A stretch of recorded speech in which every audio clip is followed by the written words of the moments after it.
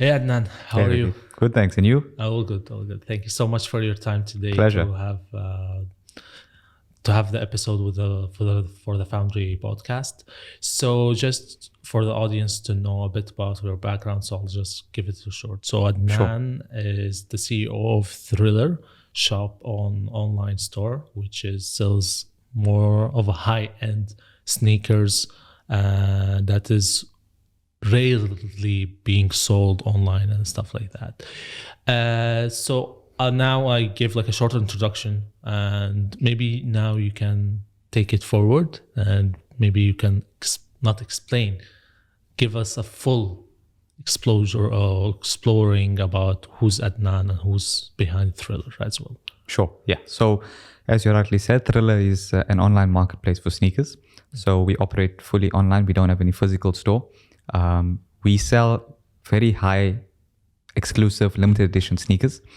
So our prices range from about 1,000 to 40,000 dirhams, right, for a pair of sneakers. But no, I started when I was 18 years old. I decided to leave school and pursue a career in online entrepreneurship. I started the website about 6 months after I left school. And then slowly, day by day, month on month, it grew into the marketplace we know today. Oh, great. Actually, this is one of the things that I'm fascinating of, is that you dropped school, which is not lots of students does. So this is one of the questions I wanted to ask. Sure. How's your family reaction after you said you wanted to drop school to pursue something that you're selling online store or running an online store to sell sneakers? Yeah, so it's definitely not a very common reaction, because it's not something that happens every day. Yeah.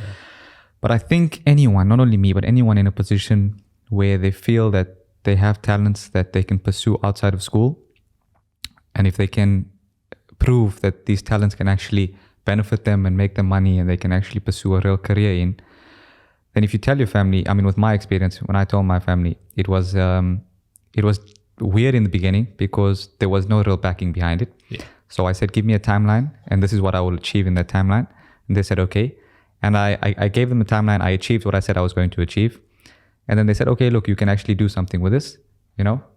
Here's a certain timeline, do what you need to do, and then we'll see the result at the end. And I think that's a reasonable request for anyone.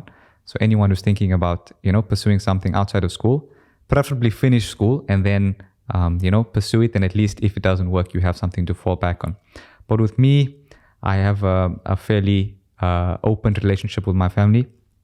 We are a sort of business family. So they were very inclined to give me the opportunity. And thankfully, the opportunity turned out well. Oh, that's actually great. No, not all, like lots of family does that. Yeah. And so you said like there are some key moments you mentioned that led to your establishment. Yeah. So what are the key moments that led to from you dropping the school to being to run this online? What's the key moments? What's the highlights that led to that establishment? So I myself am a avid sneaker collector. Yeah. Right? So I've been collecting sneakers for quite a few years, and most of the time when you're a sneaker collector, you end up being forced to buy sneakers from resellers or from reseller sites. Yeah. And I was paying quite high amounts for sneakers, and eventually I said, this is not the way that it's supposed to be, because I was based in the UAE and I was buying from sites in the US and China and UK and anywhere else but the Middle East. And I asked myself the question, and I asked my sneaker friends the question, why are we not buying from sneaker places in the UAE? And they said there isn't any. And then I decided that, look, there's such a big market of sneaker collectors, an even bigger market of sneaker resellers, but there's no platform in the UAE. So I decided to beta test the idea and started up the website and, got a few users, and the response was greater than I imagined. And that was the starting point where I said, okay, this is actually something viable. We've done the market research. We understand exactly who our consumers are, who our sellers are. We understand that there is a market for this product and this service. So that's when I decided to, start it officially, legally, and then I started the marketplace. Oh, great. I just one question also regarding the cash flow basically in the beginning.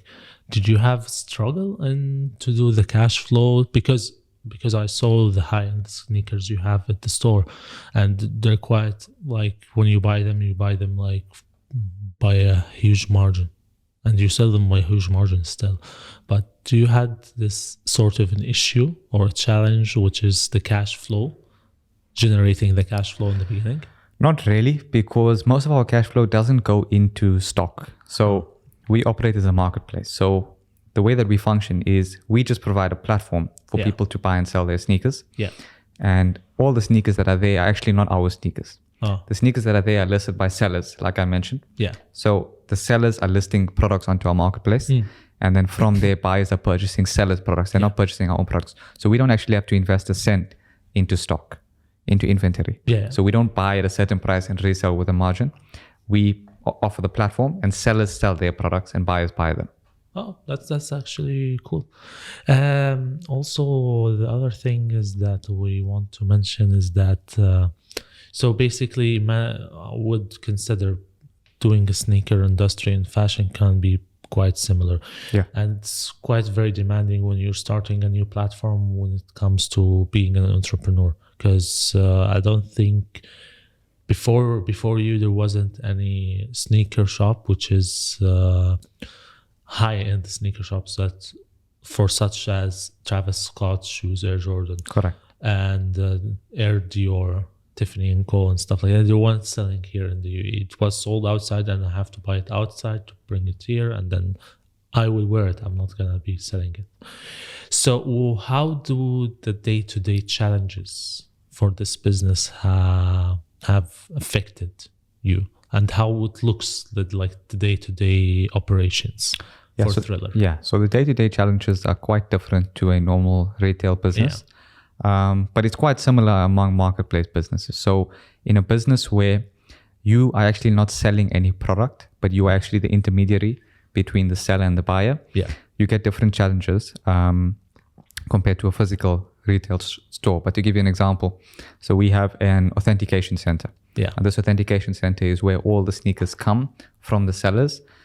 We verify them and we authenticate them before we ship them out to the buyer. So most of the day-to-day operations and challenges happen within the center. So in the center, we decide things such as which pairs are passed, which pairs fail, which pairs we still need to decide what's going on. And based on, all of that, these challenges that come up, whether a pair is real, whether a pair is missing something. So most of the operations and day-to-day challenges occur within this authentication center. Yeah. And, you don't really have the, do I need to buy more stock issue, or do I need to raise my prices issue? Because we're fairly fixed. We just provide a platform, and the only physical base of operations that we have is the authentication center. One question. So Can you just explain what's the operations for the authentication center? So let me give you an example. Let's say today at the authentication center, we get 100 sneakers to authenticate. So within the day, we have to authenticate 100 sneakers. Out of those 100, maybe 95 of them they pass, meaning they're original, they contain everything, they're brand new, etc. So these 95 are passed and they shipped out. Now we have 5 that we don't know whether they're real or not. So we have specialists that look into them. So they check, okay, is it authentic? Is it missing something? Is the box okay? Is the sneaker okay? And if any one of these metrics fail, then we fail the sneaker, and then we have to contact the seller and tell him, okay, this is what happened. You have 2 options, etc., etc. So that's an example of an issue that can arise. Oh, all right, cool. Now I understood what's the authentication center. Because now we're moving to, because what we have said is Thriller is like a based, innovative strategy and innovative concept in terms of inside fashion industry and sneaker industry as well. So how do you think it's effective, this innovative concept affected the fashion industry, and how do you stay dynamic and in a competitive industry as well? How do you stay stay on top basically? So it's definitely an innovative way of selling fashion goods. It's not something that we came up with, but it's something that's definitely catching on. If you look at the biggest companies in fashion today, majority of them are marketplaces. Yeah. So they have a similar business model as ours. Yeah. But in terms of how you can keep up with marketplaces is number one, if you are a marketplace, then you're in the right, you're taking the right step forward. Yeah. But also you need to provide incentives for your sellers, because without your sellers, you don't have a marketplace. Yeah. So I guess the one way to keep up would be to provide very good incentives for your sellers so they keep coming back to you as opposed to another platform. Provide lower seller rates, provide faster payout times, provide faster shipping times. And by doing all of that, you'll maximize your seller proficiency. Yeah. And then in turn, your marketplace will grow, you'll get more sellers. And when you have more inventory on your website or marketplace, then you'll get more customers. That's actually cool. I have another question that is related to, so in terms of doing an online website, do you think it is quite, at the beginning, let's go back to the beginning basically. Do you think it was a bit overcomplicated when you do an online website? Yeah, it definitely is complicated to do an online website. It's not very different to a store, if I put it that way, because your online website is basically a storefront. Yeah. That's virtual. Yeah. So just because you don't have the cost of rent doesn't mean you don't have any cost. You have server upkeep costs. You have website domain costs. As well. You have hosting. You have security. You have website development. You have website maintenance.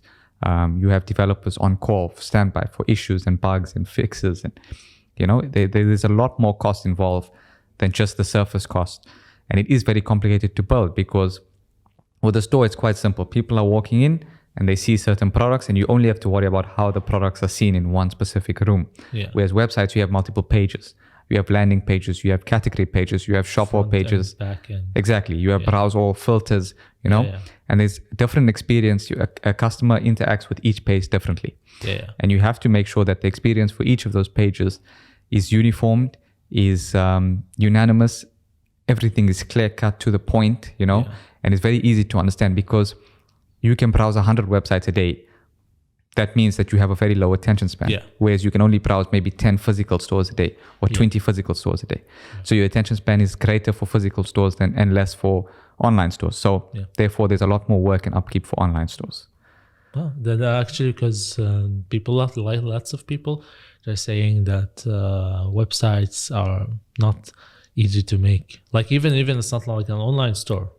If it can be just a company landing page or stuff like that, it's not even easy to do because there's like landing page, there's front end, back end, and even what type of system you're going to use. Is it PHP, Laravel? Is it going to be WordPress, something like that? So these details are like how tiny is this? It's most important for the website. Yeah. And even if when it comes to an online store, it's even complicated because you need to building a payment gateway. Then you need to do landing page. Then you need to view the shop. And even if you're going to update one of the products, prices and stuff like that, and discounts and stuff like that, it's not easy to do. It's easy to do from the back end, but then if the back end crashes or something like that, then you have to do everything from front end. Correct. Yeah. There's a lot of redundancies with online websites. And unless you have a full-fledged team working almost 24 hours a day on the website, it's very difficult to upkeep and maintain. Yeah, exactly. So you're right. So now we're talking about what are the lessons you have learned throughout from dropping out from school until at the moment where you're in this upscale, or not upscale, I would say, on the top of the sneaker industry in terms of as a thriller, because I saw people from Russell Peter buying these not buying, also taking some of the shoes that you're providing and doing and wearing it and events that happened in Abu Dhabi and Dubai as well. So what are the lessons that you think you learned and it helped you to progress and develop? Yeah, so you definitely learn a lot about people. You learn about managing people, communicating with people better. Yeah. Something that I don't feel that any of us were taught in in school or any academic basis. You learn a lot about managing people as well as managing how people take decision making as well. There's actually a whole long list of things that you learn on a daily basis. Every day is a learning experience. But I would say the most valuable thing that you learn is time management. You learn that you can work 12-hour days, you can work 8-hour days, you can work 16-hour days, you can work 20-hour days. Yeah. It all depends on how you manage your time. I'd say that's the most important thing that I've learned. I think most entrepreneurs do learn time management, and it's a very valuable skill because time is the only thing that you can't get back. So if you can learn how to utilize it well and learn how to maximize your efficiency in your time, then you can achieve quite a bit. Actually, because time management is most important, because you're putting yourself on that's the thing also with entrepreneurs, that you need to have a passion to something, then you need to have the time to do it, the time for it, the time you have to reflect this passion to this product that you want to focus on, you want to reflect on, that you want to represent as well. Yeah. So, and also in terms of people, and I'm not saying micromanagement and stuff like that, and understanding people and understanding how they work, it's better, because not always like everyone is similar to yourself, because everyone function their own way basically, but you need to know how to take this talent by itself, and then you need to work within the scope of what you want to achieve itself. So now we're talking about the I'm gonna go back to before you now I'm gonna take you back when you dropped out of school. So we said about your family's reactions, also friends' reaction as well. So what are I know the reasons are basically you want to pursue your entrepreneurship in terms of opening an online sneakers. But what is basically the most thing that you said, you know what, school is not benefiting me, or school is not doing a favor to me, basically? So it's after high school immediately, like after the last grade, you just dropped, or just in the middle of the summer, like, a middle of the semester, you said, no, I'll not coming back? Yeah, so it was a gradual progression from towards the last few years. Yeah. And then I started just when COVID hit, right? Yeah. So during the pandemic, and obviously schools and everything were closed, exams were canceled. And at that point I realized, this is an opportunity where there's going to be no school for like the next 6 months. Yeah. Let me try out something. So I left all the studying and that I had to do, and I decided to test this out. And like I said, I created a minimum viable product, and I went to market with it, and I tried to see, how the market reacted. And when I saw a positive reaction and a reaction bigger than what I was expecting, then I decided, okay, this is something that I can do. I raised investment. I got a full plan. I went to market with the MVP, and then I decided, okay, this is something that I can do. And I went to market, and that's sort of how it went. So at the time, I wasn't really thinking, okay, I'm dropping out and doing this. At the time, I was thinking, okay, this is something that I think could work. Let me give it a go. Let me give it a shot. And I did, and it worked. Okay. And then from then, it's just been a gradual upkeep until today. Oh, okay. Great. So now we're talking about the advices you would give for entrepreneurs and startups. Because like, for example, I'll give you some of the entrepreneurs, they're not quite good with public speaking, for example. They're not quite good with time management. They're not quite good with representing or reflecting the idea in a smooth way, so it can comes to the customer's mind and understanding what's the product itself. So what kind of advices that you would give for entrepreneurs and startups?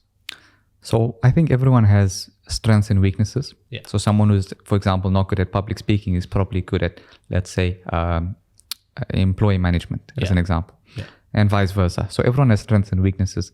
What I think, or what I do, is I focus more on my weaknesses than my strengths because I know my strengths are there. I know what they are. I know that they work. Yeah. But now my weaknesses, I focus on them. So if I'm not good at public speaking, as an example, I'll do as many public speaking gigs as I can to get better. Yeah. If I'm not good at, properly enunciating my message to the customer and making a clear, direct message that this is what needs to be done, this is what we offer, this is how you can take advantage, or this is how you can purchase, then I'd spend all my time trying to figure out the best way, whether it's by reading books, whether it's by speaking to other people who have accomplished it. Even now with AI, with ChatGPT and stuff, if you spend an hour in front of ChatGPT asking it questions, you'd be amazed at how much you can learn. Exactly. About any topic. If it's about how to properly demonstrate your message to a customer, you can just ask it a few prompts, and if you study and analyze and understand, you can execute the same thing. So I think that, like I said, everyone has strengths and weaknesses. Focus on your weaknesses rather than your strengths. It's not a very popular opinion, but it's something that will benefit you. All right. You mentioned something that I wanted to ask, is that you mentioned the AI. So do you think AI will become greater, like there's a great role for them in the terms of the sneaker industry? In terms of sneaker industry, and then fashion specific. In terms of fashion, it's already been integrated with quite a few platforms, not ours yet. People are using AI now to authenticate. So like I mentioned, our authentication center is a physical-based authentication where we have people looking into it. But now there are companies in the US and UK that are integrating AI with their authentication in fashion, such as clothing and handbags. They're using AI to authenticate. So they eliminate the need for physical presence to be authenticated. Now they're using AI. And AI can analyze, 10,000 previous handbags and look at this one to decide whether it matches the criteria or not. So it's already been integrated. I think in a few years, you'll definitely see more integration. You'll see it be much more common. But it's definitely here to stay. Are you planning to do an AI? We are thinking about it. We haven't yet integrated it, but for now, we're not using it. Okay. Great. So now comes to the last question of the episode. So I mentioned it to you before we started. So basically, this is like I'm trying to do it from last episode, but I'm trying to do it in the next episodes, hopefully. So if you're sitting in a cafe, basically, and there's two portals, one from you from the past, one from you for the future, and you sat down three together. The Adnaan from past, Adnaan the moment, and Adnaan from the future. What is the one message that you would all three agree on and you keep mentioning it to each other? Yeah, to each other. So you talk about one message that they'll unanimously all agree on, right? Yeah. I would say just, persistence. I would say that whether you're in the past, present, or future, whatever you're doing, be persistent at it. Whether it's working or not, be persistent. If you're doing the right thing, if you've done the research and you know what you're doing is working or will work, keep on doing it. Be persistent. Because most people fail, I think, because they're not persistent enough. I know with previous experience that, you can work so hard and so long and then you quit right before it might work. Then you've wasted all your time. So I say just be persistent. Eventually, in the long run, in the long game, it'll play out. So that's what I would say. Just be persistent. Whether you've yet to achieve it, you have achieved it, or you're willing to achieve more, be persistent no matter where you are. So for me, so persistence is basically the key factor, basically that helped you and will help others to build their own ventures, to build their own unique startup or unique company or whatever. Right? Yeah, for me it worked. I mean, obviously there are a lot of other factors, but I would say for me persistence was the most important part because maybe it was the most difficult to me. So that's why I decided that it's the most important. Like I said, I focus more on my weaknesses than my strengths. So, if it's difficult to be persistent, that must mean it's something important. Anything that's difficult to do or anything that's worth achieving will be difficult. So I think that persistence is the key for me and will most likely be the key for others. All right, great. I'm from my side. I'm done. Right. So I'm done from questions. Thank you so much, Adnaan, for today. Pleasure. And great speaking. We of course will speak soon. Definitely. We will keep in touch. And by the way, if you have any questions to me, I can answer. It's fine. Yeah, no, I just like to say that I always love coming on podcasts that are brand new. I like when, podcasters start developing their own style. Yeah. Because eventually that style will turn into a trend and, hopefully, inshallah, it'll grow big. But no, I'm glad to be one of your selected few for. All right, great. And I'm happy that you had the time today to come to our podcast and to have the interview. And thank you so much. So pleasure. Thank you. Thanks, Ricky. Thank you.